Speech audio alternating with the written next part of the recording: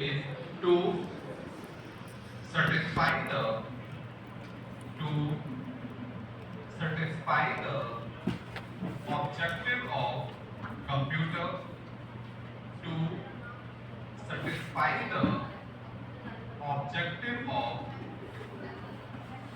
computer the major components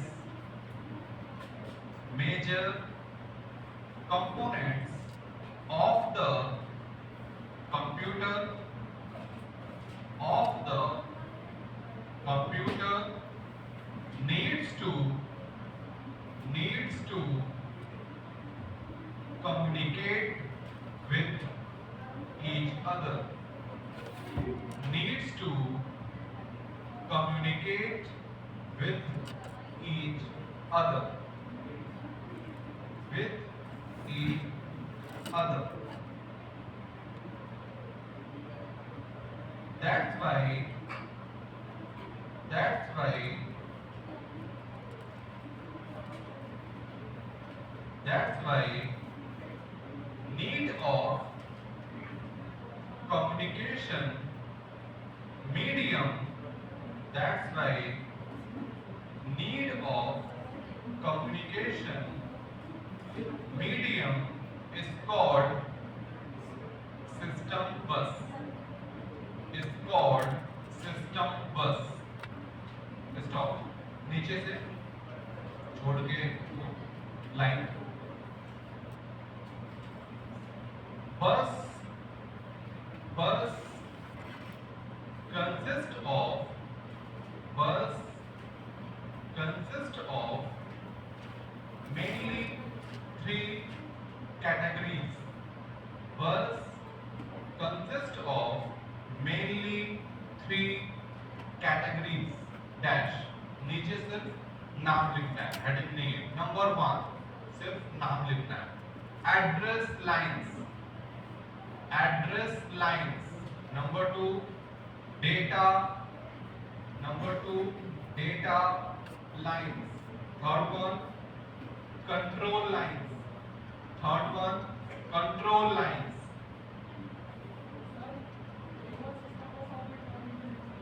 क्या बेटा एक और बोल दो. लिखिए लिखिए to satisfy the objective of the computer the major components of the computer needs to communicate with each other needs to communicate with each other. That's why need of communication medium is called system bus. और फिर हमने उसको 3 part में break किया हुआ है. Okay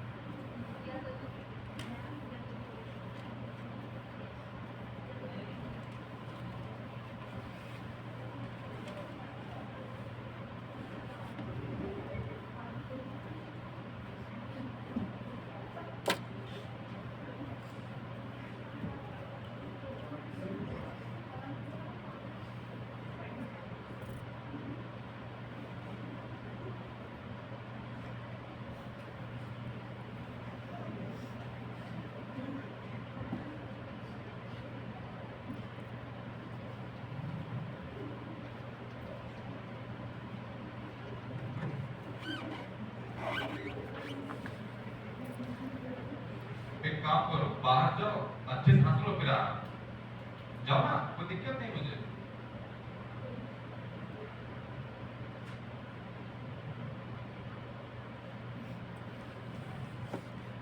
आप सोचते हो कि मैं यहाँ खड़ा हूँ तो मुझे कुछ नहीं पता. सर आपकी चाहना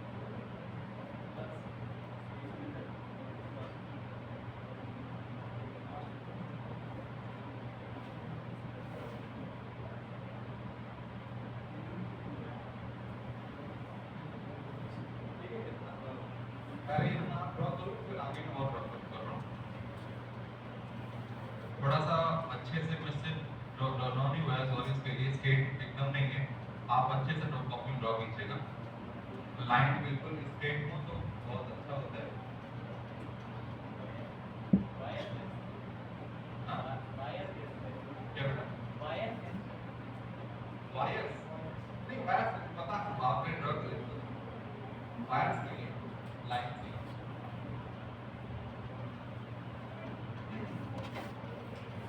आप ओके आप पहले करो ड्रॉ, फिर मैं बात करूँ, पहले आप ड्रॉ करिए फिर आगे बात करूँ।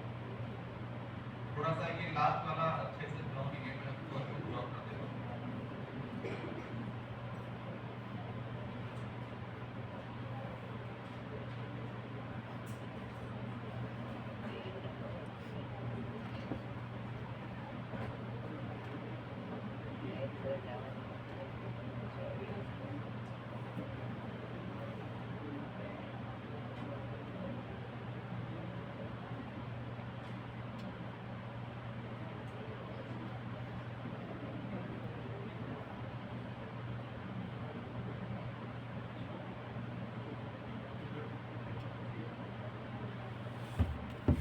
ओके आई थिंक इतना सभी ने ड्रॉ कर लिया होगा, ठीक है ना।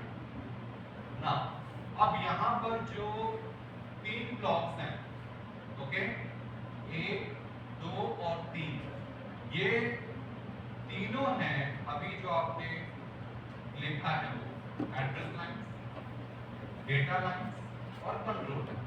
ओके अब यहाँ पर जो ये हैं सिंगल लाइंस हैं 1 2 3 4 और 5, ये है क्या एड्रेस लाइंस। लाइन सिंगल जो है ये एड्रेस लाइन, सिंगल लाइन, एक line address line, address line, address line. Similarly ये जो है लाइन सिंगल लाइन, ये क्या है डेटा लाइन। और यहां पर जो सिंगल लाइन है वो क्या है कंट्रोल लाइन। होल्ड अगर मैं इनको कॉमनली बोलता हूं, लाइंस के पूरे ग्रुप को बोलता हूं, बंडल को बोलता हूं, तो यह है क्या address bus. Very good, address bus. और ये जो पूरा का पूरा है ग्रुप बंडल है वो क्या है डेटा बस, और ये पूरा ग्रुप क्या है कंट्रोल बस। और अगर मैं इन तीनों को कंबाइन करता हूं, जो पूरा आपके पास ये shape, it is called system बस। और अगर आप सबने लिसन टू मी, अगर आप सबने सीपीयू कभी खोला हो, सीपीयू बॉक्स जो होता है सीपीयू, क्या है कभी सीपीयू ओपन किया है? बताइए ओपन किया है? हाँ सीपीयू अगर आपने कभी भी ओपन किया होगा तो बस आपको दिखाई दे जाएगा।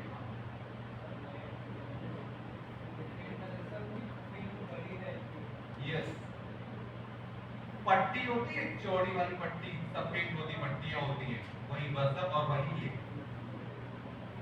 ओके अगर आपके पास कहीं खराब कहीं पे होती भी उसको पूरा आप खोलना तो आपको उसमें सब कुछ दिखेगा, रैम रोम मदरबोर्ड, जो आपको जहां मैंने जिस जंप का नाम लिया वो आपको सब कुछ दिखेगा।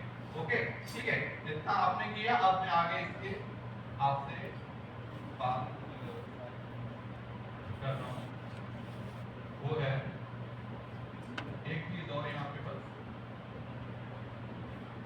जो लाइन्स है ये it is called address lines, address lines. Okay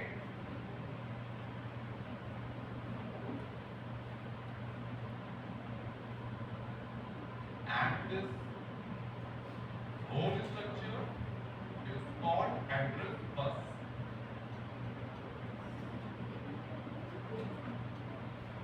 Similarly, whole structure is called data bus.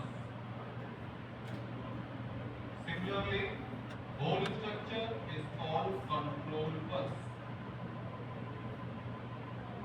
और मेरे पास कंपोनेंट्स हैं 3, सीपीयू, मेमोरी, आईओ। ओके लिखिए इसके बाद फिर आपके साथ बात करेंगे। और ये आपका पूरा जो है इट इज द लिख लें इसको सिस्टम बस।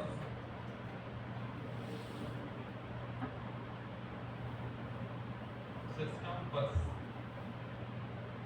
लिखिए please. Number 1 heading address lines. Number 1 heading address lines. मैं शॉर्ट में जितना शॉर्ट हो सकता है उतना ही लिखा रहा हूं, ज्यादा कहानी नहीं कर रहा हूं, ठीक है please. Address lines are used to address lines are used to carry the address bits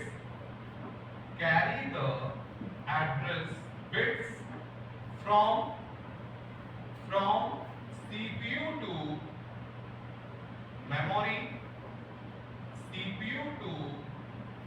memory or IO devices, CPU to memory or IO devices। Stop, नीचे उसके छोड़ के line.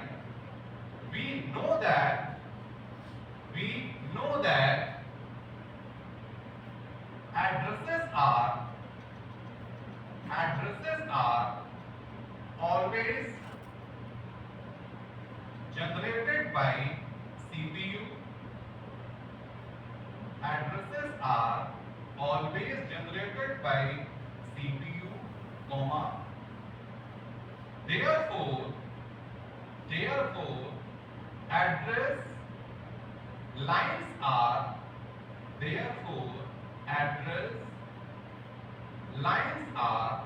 unidirectional। Address lines are unidirectional। इसको आप mark कर लीजिएगा, ठीक है। अब जो आपने लिखा पहला वाला पॉइंट उसको मैं यहां पर ड्रॉ कर रहा हूं। देखिए पहले यहां पे मैंने आपसे कहा एड्रेस लाइन, एड्रेस सिर्फ सीपीयू ही देगा, सब जानते हैं एड्रेस सिर्फ सीपीयू ही देगा, इसलिए हमने यहां पर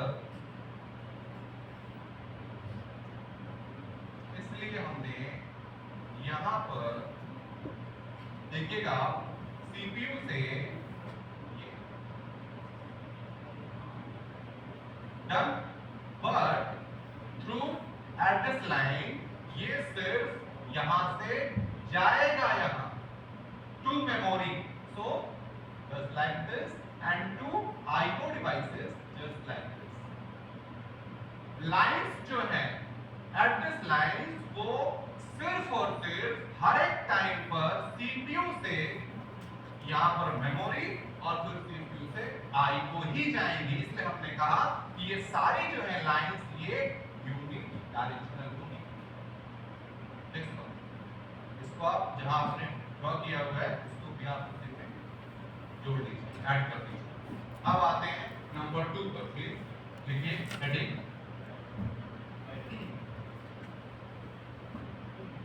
control lines। number 2 control lines। number 2 control lines। इसके बारे में ठीक है, control lines please। control lines are used to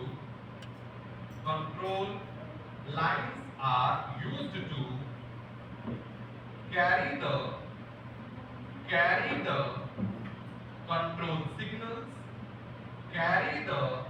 control signals and timing signals।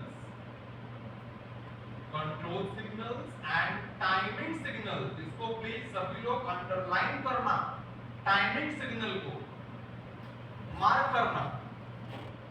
आगे आता हूं please.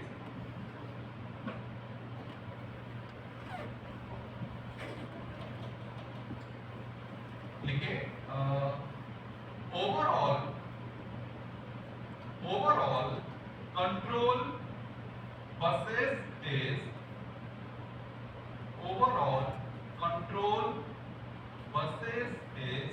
bidirectional buses is bidirectional, but within the control bus, but within the control bus, every individual control line is every individual control line is unidirectional. Every individual control line is unidirectional. इसको भी आप mark कर लो। मैंने कहा कि control bus जो है वो है क्या, बाई डायरेक्शनल, मीन्स यहां से भी यहां और यहां से भी यहां, but in the control bus के अंदर जो भी लाइंस हैं वो लाइंस सिर्फ और सिर्फ यूनिडायरेक्शनल है। Got it? ओके, इसका मतलब हुआ ये, सपोज मेरे पास 5 या 6 लाइंस है, सपोज होंगी बहुत, मैं यहां सिर्फ काउंट कर एग्जांपल ले रहा हूं, मेरे पास 5 या 6 लाइंस है, कंट्रोल लाइंस। उन 5 या 6 में 2 या 3 लाइन सिर्फ ऑनगोइंग है और बाकी की 2 या 3 लाइन से डाउनवर्ड। ओके, इसका मतलब हुआ ये कि शुरू की 2 या 3 लाइन जो भी लाइंस हैं उनका काम सिर्फ और सिर्फ है ये कि वो सीपीयू से कंट्रोल सिग्नल्स को मेमोरी तक या फिर आईओ डिवाइस तक किसी भी टाइम टी पर लेकर ही जाएंगी, और बाकी की जो है लाइंस 2 या 3 लाइन जो भी लाइंस है उनका काम है सिर्फ ये कि वो यहां से मेमोरी से या आईओ डिवाइसेस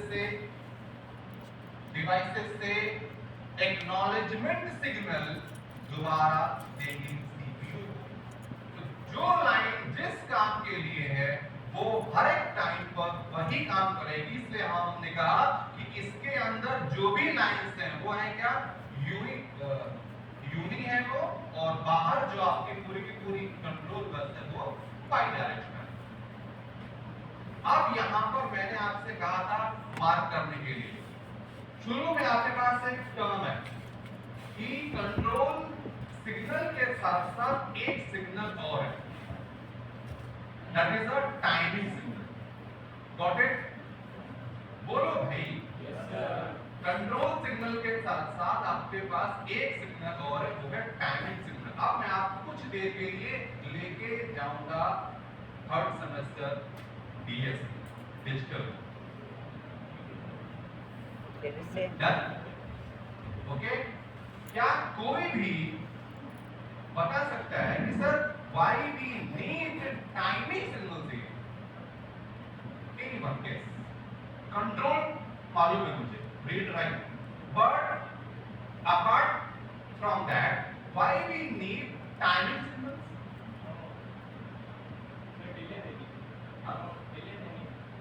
डिले देने के लिए। ओके, ठीक है। और क्लॉक पल्स, एग्जैक्टली। हाँ, परेशान तो मैं आपकी बात समझ गया, मैं आपको कुछ नहीं बोल रहा हूँ कि आपने रॉन्ग बोला, आपकी बात समझ गया। वर्ड जो था ना वो मैंने इससे किया, क्लॉक पल्स। क्लॉक पल्स ये वर्ड बहुत कॉमन वर्ड है, क्लॉक पल्स। अब आते हैं कि सर क्लॉक पल्स हम देते क्यों थे डिजिटल में? क्लॉक पल्स हम देते क्यों थे डिजिटल में? किसी भी सर्किटरी को, काउंटर को, या जो कुछ भी था वहां पे, हाँ? और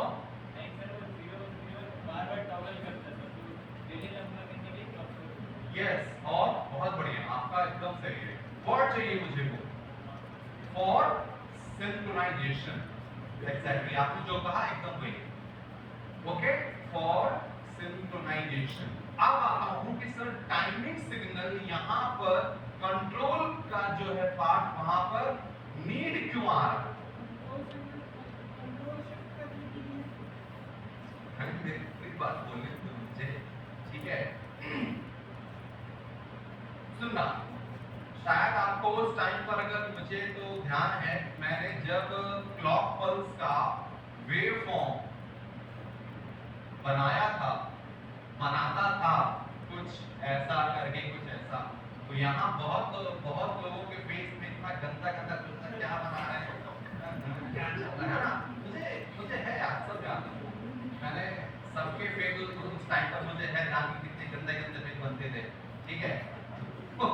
लेकिन बिना क्लॉक पल्स के, वेव फॉर्म के आप समझोगे क्या?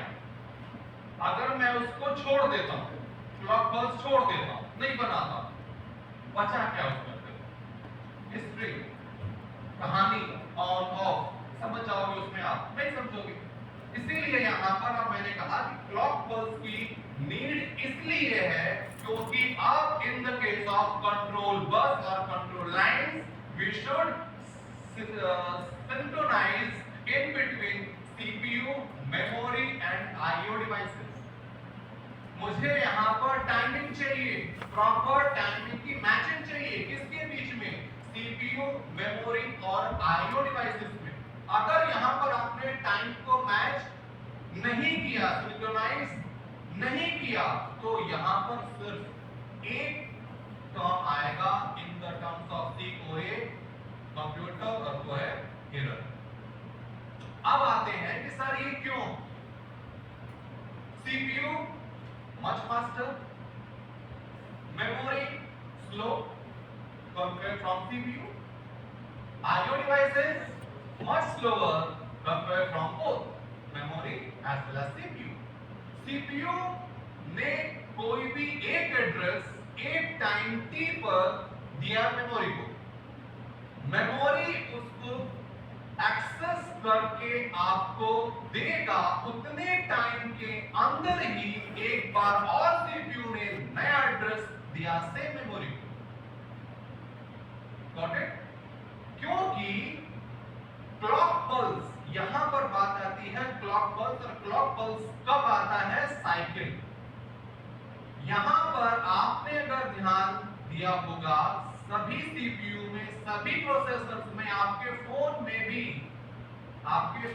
भी जो भी प्रोसेसर है, आप देखोगे उसकी शीट, डेटा शीट, वहां पर क्लॉक पल्स दी, फ्रीक्वेंसी दी है कि इसकी फ्रीक्वेंसी क्या है सीपीयू की, और वो आप देखना जाकर वो गीगा या फिर बहुत कम टाइम की होती है।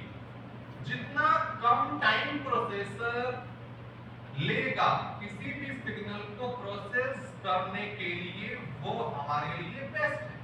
बट उस कम टाइम में, उस टाइम के रिस्पेक्ट में जो उसके सामने है, मेमोरी है, मुझे उससे भी वही होप है कि वो मुझे उतने कम टाइम में रिस्पॉन्स करे। बट आई नो दैट कि मेमोरी उतने कम टाइम में कभी रिस्पॉन्स नहीं करेगी, क्योंकि वो पहले से ही है स्लो है। इसकी और भी कहानी है, लेकिन मैं बात बताऊंगा। इसीलिए यहां पर पहला कंट्रोल सिग्नल देने के बाद मेमोरी सीपीयू को एक्नॉलेज करेगी, होल्ड। उस होल्ड सिग्नल के बाद जब वहां से दोबारा सिग्नल आएगा क्लियर का, ओके का, उसके बाद ही सीपीयू नेक्स्ट जो भी होगा एड्रेस वो लाकर देगा। इसलिए हमने कहा कि in the case of control bus we need both type of signals, control signals as well as timing signals, क्योंकि यहां पर अगर आपने मिसमैच किया तो फिर आगे की चीजें आपकी वहीं पर होल्ड होगी। This is the reason. और क्लॉक की जहां तक बात है, क्लॉक पल्स साइकिल की बात है, कोई भी सिग्नल उसका जो भी टाइम पीरियड है, वो कितने टाइम के बाद अपने आप को रिपीट कर रहा है।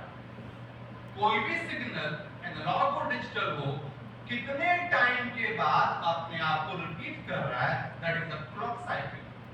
जितनी क्लॉक साइकिल या टाइम पीरियड कम होगा, नैनोहर्ट्ज या जो भी आप कह लो, कम से कम, उतना ही हम आज के टाइम पर सभी प्रोसेसर्स में यही देखते हैं कि उसका प्रोसेस टाइम कम से कम फास्ट हो। हमने एक कमांड दी, एक किया प्रेस, वहां से हमको रिस्पॉन्स मिला। डन। इसीलिए इन द केस ऑफ कंट्रोल बस जो भी मैंने कहा ना कि यहां से 5 या 6 में से जो भी लाइंस रीड और राइट के लिए हैं, सपोज मैंने इसको है कहा रीड ऑपरेशन के लिए, इसको कहा राइट के लिए, बाकी की जो 4 लाइनें हैं वो सिर्फ और सिर्फ इसके और इसके लिए है, सीपीयू को एक्नॉलेज करने के लिए, मतलब कि जस्ट लाइक दिस। इन 2 लाइनों में 3 लाइनों में हमेशा रीड और राइट जाएगा इस डायरेक्शन में, और इन 3 या 4 लाइनों में हमेशा वहां से एक्नॉलेज आएगा। इसलिए हमने कहा कि सभी लाइंस वो है क्या, यूनिक डायरेक्शनल, और होल बस जो है आपकी वो क्या है, by directional. Third one please, इसको बनाया नहीं मैंने, सॉरी प्लीज, इसको मैंने बनाया नहीं है, बना रहा हूं मैं इसको, देखिएगा आप यहाँ पे।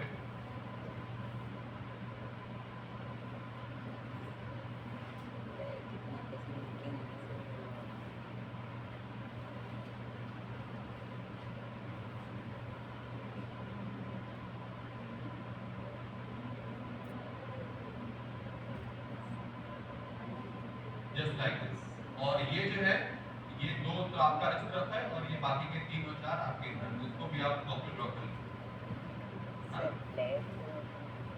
ब्लैक है, दिख नहीं रहा है, चलो अगली बार मैं ब्लैक यूज करूंगा, ठीक है। Okay please, third one data lines, third one data lines, third one data lines.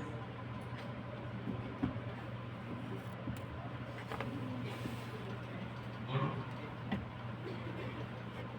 देखिए data lines are used to, data lines are used to carry the binary sequences, carry the binary sequences between CPU, memory and IO devices, CPU, memory and IO devices. Stop.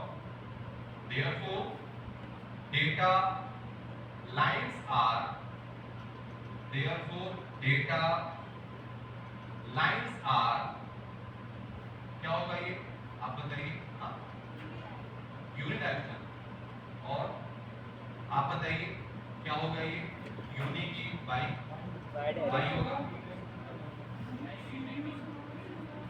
Sir ये तो bye direction, आराम से सोच के, मुझे कोई ऐसा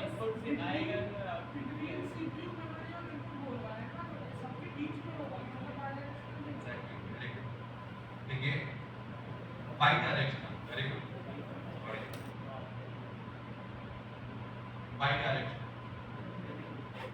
आपने यूनिक आया आपको पक्का कि इसमें करो,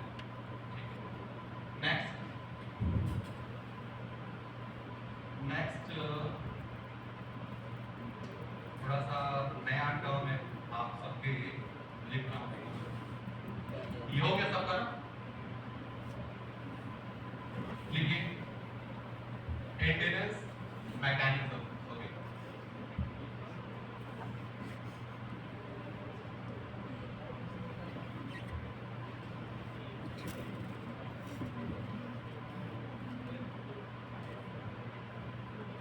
मेंटेनेंस मैकेनिज्म,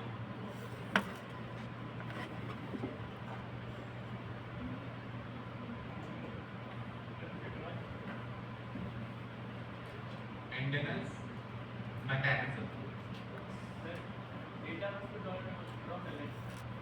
अरे सॉरी सॉरी, हाँ प्लीज मैं भूल गया उसको, आप लोग प्लीज ड्रॉ कर लीजिएगा, रुकिए मैं भी कर देता हूँ, डेटा पे भी आप उसको ड्रॉ कर लीजिए।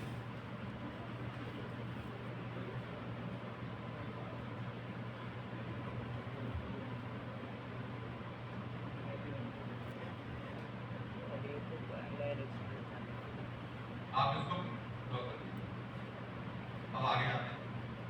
सर सर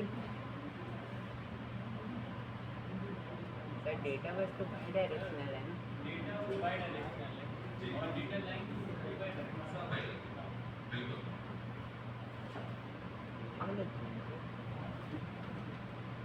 और पता है बाई ही होंगी, बाई डायरेक्शनल ही होंगी, यूनी का होने का सवाल ही नहीं होता। उसका रीजन है, आप जानते हो क्यों? यूनी होने का सवाल ही नहीं होता, बाई ही होंगी, ठीक है? क्योंकि यहाँ पर आप बस की बात कर रहे हो और टाइम की बात कर रहे हो, इसलिए ठीक है। तो जहां पर भी उनको जो भी फ्री है टाइम, उनको वहां से सेंड करना है, इसलिए यहाँ मैंने उसको बाई ही इस्तेमाल किया। अब देखिए अगला टॉपिक जो था, सॉरी, अगला टॉपिक जो है ये सिर्फ और सिर्फ इस लिए है क्योंकि हमने आपसे कल कहा था बाइट और वर्ड एड्रेसेबल मेमोरी, ठीक है ना? ओके, वहां पर मैंने आपसे कल कहा था कि अगर मेरे पास 32 या 64 बिट का प्रोसेसर है, उसके सामने जो भी मेमोरी है वो बाइट एड्रेसेबल ही होनी चाहिए। वर्ड में हमें थोड़ा सा प्रॉब्लम था।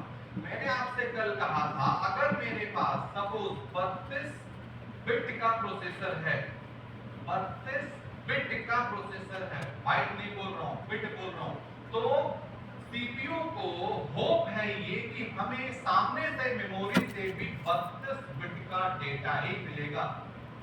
डन? अगर वहां पर एक सेल 8 बिट की है तो मैंने आपसे कल कहा था कि आपकी जो भी है वहां पर मेमोरी में कंट्रोलर है, वो एक साथ 4 cell 8 into 8 into 8 into 8, sorry plus plus, sorry into नहीं, ओके, 4 सेल 8 बिट के जो 4 सेल है उसने वहां से लिया और लाकर दिया। ये जो टॉपिक मैंने स्टार्ट किया है ये बताएगा कि डेटा जो था 8 बिट का उसको हम किसी भी सेल में कैसे रखते हैं। ये बताएगा कि डेटा जो 8 बिट का है, 4 है और कितने बिट का होगा, उसको हम किसी भी सेल में कैसे जमाते हैं और सीपीयू उसको कैसे कॉल करता है। तो ये वो मैकेनिज्म है जो आपको डेटा कैसे प्लेस में करना वो सिखाता है। ओके, लिखिए प्लीज, लिखिए। एंडनेस mechanism, Enden's mechanism is used to define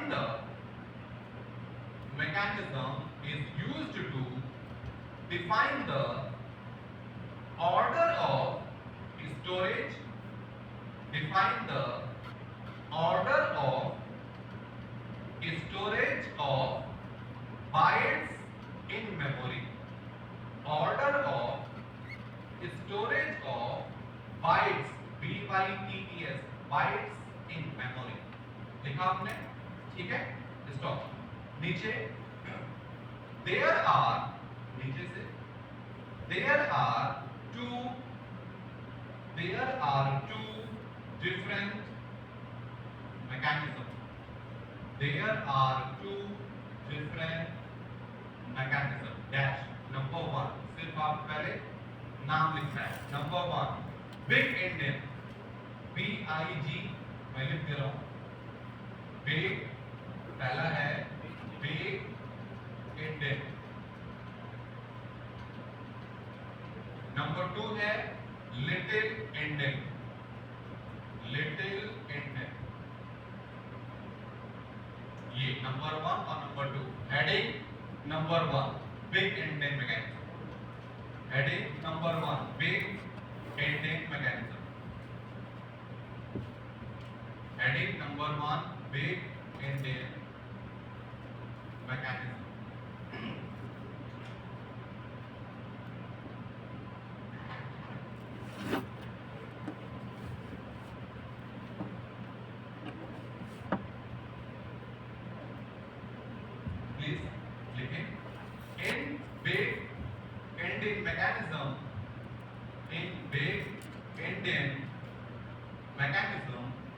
most significant byte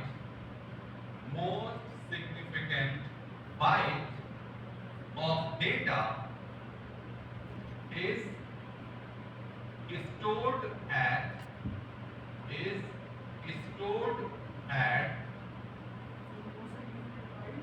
byte of data is stored at lowest memory address. Stored at lowest memory address. Bracket में स्टार्टिंग एड्रेस, क्लोज ब्रैकेट में starting address.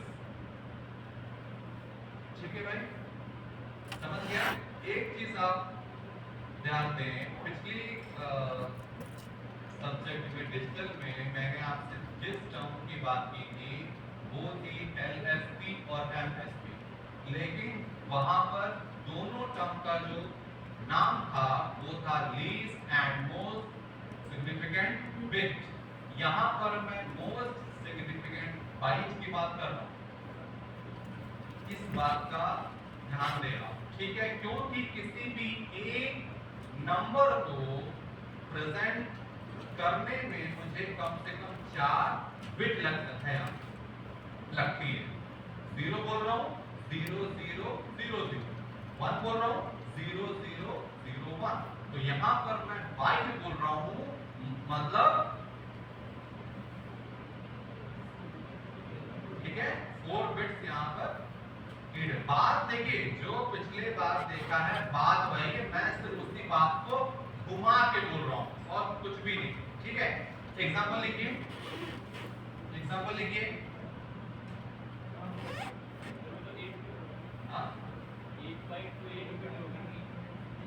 अरे वो अलग चीज है, मैं वो नहीं कह रहा हूं। मैं बोल रहा हूं किसी भी एक नंबर को अगर मुझे शो है करना बाइनरी में तो उसके लिए मुझे 4 बिट चाहिए ना, मैं वो कह रहा हूं आपसे। वो तो एक बाइट पे 8 बिट तो है ही, अभी है बाइट, ठीक है ना? यहां पर अब लिखिए कंसीडर एन एग्जांपल है, consider N hexadecimal number, consider N hexadecimal number, मैं लिख रहा हूं 3F43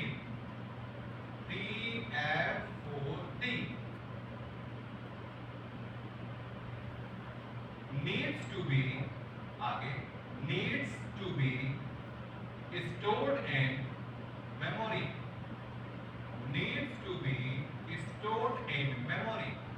स्टॉप। ओके, यहां पर मैंने कहा कि आपके पास एक डेटा है हेक्साडेसिमल, ठीक है, हेक्सा में है, वो है 3F43। इसको आपको मेमोरी में स्टोर करना है according to big index. Okay, अब यहां पर आप देखोगे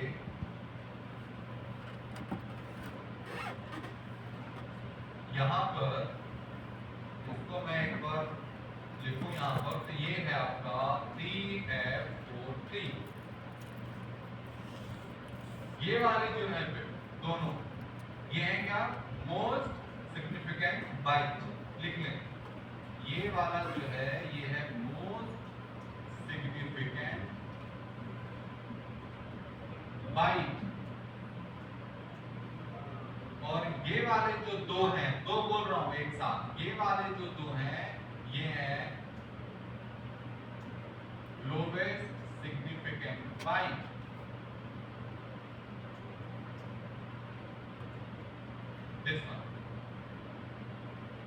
बहुत अच्छी स्मेल आ रही है, अच्छी खुशबू आ रही है, आप सबको भी आ रही है? अभी भी आ रही है? कहाँ से आ रही है? कुछ अच्छी खुशबू आ रही है। ओके, चलो छोड़ो छोड़ो छोड़ो छोड़ो, अब बस 5 मिनट और। अब मैंने कहा इन the case of big index, जो आपका मोस्ट सिग्निफिकेंट बाइट है वो कहां पर है, कहां जाएगा? लोवेस्ट एड्रेस पर। ठीक है भाई, एक बार और आप सुन लो, इस केस में जो मोस्ट सिग्निफिकेंट बाइट है कहां जाएगा, लोवेस्ट एड्रेस, ठीक है, और ये वाला है वो हाई एड्रेस, उसके बाद, ठीक है, बनाता हूं मैं।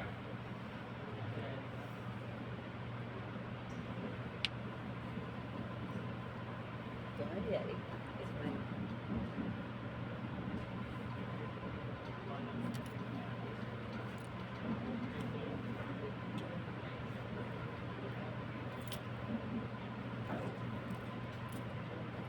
इसी से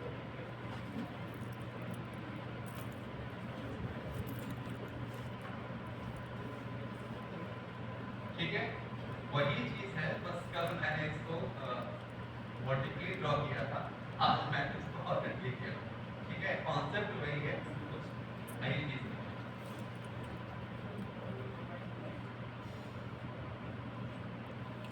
सपोज मेरे पास जो है एड्रेस है, वो है ये,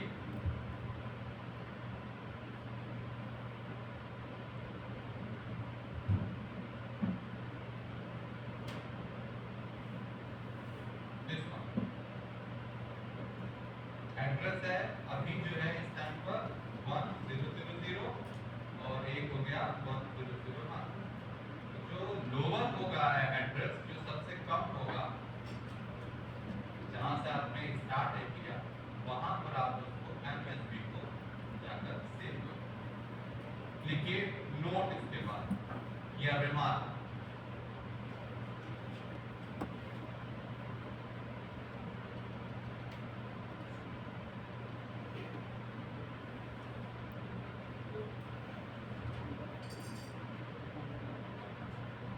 ठीक है भाई, आ रही बात, अरे बोलो भाई, आ रही बात, कितने बिट है ये इसमें, कितने बिट है इसमें, हाँ कितने बिट है इसमें,